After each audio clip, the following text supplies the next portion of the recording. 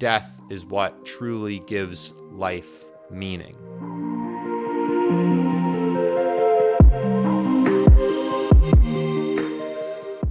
Welcome back to the Nomad's Notebook podcast. My name is Joe Maxwell. I haven't really been super consistent with this show. I think it's been probably April that I posted an episode, and I've had some different things, some personal issues going on, and work's been a little busier and has just kind of stopped me from really being able to invest in this show. And if I'm being totally honest, another thing that's kind of been front and center of my mind is, well, if no one's going to really listen to this or watch this, then what's the point in putting this material out in the world? But I realized that doesn't really come from the best place, in that I don't think you should ever be primarily motivated by external factors, by external motivation. There needs to be something internal that's driving you forward, that's driving you towards your why in life. And I realized for me, I just genuinely enjoy thinking. I enjoy putting thoughts together and understanding how the world works. And to be honest, this show is actually a really good exercise for me to work on my verbal communication skills, which is something that I've always struggled with more so than written communication.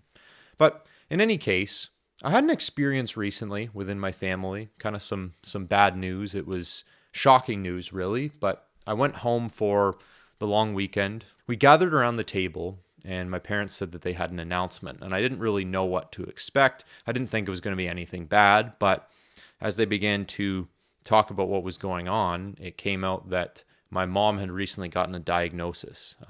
She had cancer in her throat, a very rare form of throat cancer, and there was a tumor in there. And it was something that just really caught me off guard. And although her treatment has gone well, and we expect to have her around for hopefully many more years, it really made me think about themes like time and just what we value in life. It really made me realize just how unpredictable the future can be. And when my parents were kind of walking us through things, my dad said something that really resonated with me. He said that all of you are going to face something like this in your own life at some point. It may not be cancer, it may not be this exact thing, but life is very finite, and we all will face health issues down the road and ultimately death. And in some ways, that was a very scary and sobering thought to think. When we're younger, I don't think we really give much headspace to death, because why would we? We're so far from it, right? But the older I get, the more I tend to think about just how finite life is and how ultimately I will have to face death at some point. It's scary, but it's also not. There is kind of a silver lining to this, in that I believe death is what truly gives life meaning.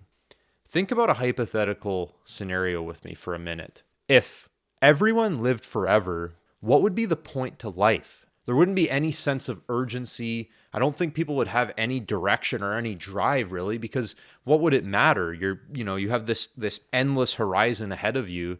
There's not really any sense of urgency there. But the fact that we know that this is a finite thing, that we will face death eventually, it's a very motivating factor, at least for me, to know that we don't have that much time, and we have to prioritize our goals and really push them forward before it's too late. Another thing it made me think about was just family relationships, or relationships with anyone, if it's friends, and just that the things that seem really significant at the time, maybe arguments, getting angry at someone. In hindsight, you're going to be very regretful for those experiences. And on the flip side, the things that seem insignificant at the time, watching a movie together, having a phone conversation, you don't really think much of it, but those are the memories that you're going to really cherish in the long run, years down the road. So the takeaway here is, our time in life is very finite, and the older you get, the more you realize that. But you don't need to let that get you down. But it is a motivating factor to know that time is the most valuable resource we have, and it's not something to be squandered. The other thing is, the people who you're closest to, your parents, your siblings, your close friends, tell them that you love them and prioritize any time that you get to spend with them, because again, it's very finite and you don't know what the future holds. I had another thought recently, the idea of internal versus external life experience. I was having a conversation with a coworker, maybe about a month ago now, and she asked me a question. She said, "Joe, how is it that you're so confident?" And to be honest, the question really caught me off guard because lately, if I'm being totally honest with you, my internal experience, I have not felt confident whatsoever in how I'm, perceiving my actions and just how I'm thinking about things. I wouldn't say the last couple of months I've felt particularly confident. And yet, I suppose I'm projecting an energy out into the world that some may perceive as confident. And this is why my coworker asked me that. So it just got me thinking that our internal experiences of life can sometimes be so much different than what someone else is perceiving about us. And I think a good takeaway from this is that it's not really worth being envious about lives that other people are living because you're only seeing the external, and there may be a lot of positives there, but ultimately you don't know what's going on inside that person's head and what they had to do or the sacrifices that they are continually having to make in order to live the positive life that you're jealous of, that you're seeing on the outside. And again, I think of a quote from Elon Musk. He was on a podcast. I think it was Lex Friedman's podcast. And this isn't word for word, but he said something along the lines of, most people think they would want to be me, but in reality, they wouldn't. They don't know what it's like. They don't know what goes on inside my head. And that's pretty crazy to hear that from the richest, one of the most powerful people ever, that it's not all sunshine and rainbows. Like, yeah, he has a lot of money. Yeah, he has a lot of power, but the sacrifices that have been made to get there, I imagine, aren't so nice all the time. My final thought for this week's episode is the idea of cultural versus theological religion. And this is something, I guess religion as a topic is something I've wrestled with for my entire adult life. I grew up in a very religious household and kind of came away from that as I got older. And in my adult years, I've kind of wavered back and forth on religion, and I'm not always sure where I stand on things. But something I've noticed recently is that there is a huge difference between cultural religion and theological religion. And that cultural religion, what do I mean by that? I mean, people who will use Christianity as an example. I'm going to use that primarily in this episode. But people who call themselves Christians, and the reason they got into it was they maybe like how it makes them feel. They like the friends that they have in church. Maybe this belief has helped them get through some particularly rough patches in life, but they're not all that concerned with the nuts and bolts of the religion. And in the example of Christianity, what are the nuts and bolts of that religion? Well, that religion states that a baby was born from a virgin, that baby grew up, was God on earth as a man, performed miracles, was then killed, and rose from the dead. That's the nuts and bolts of that religion. You may ask them, well, do you think Jesus really rose from the dead?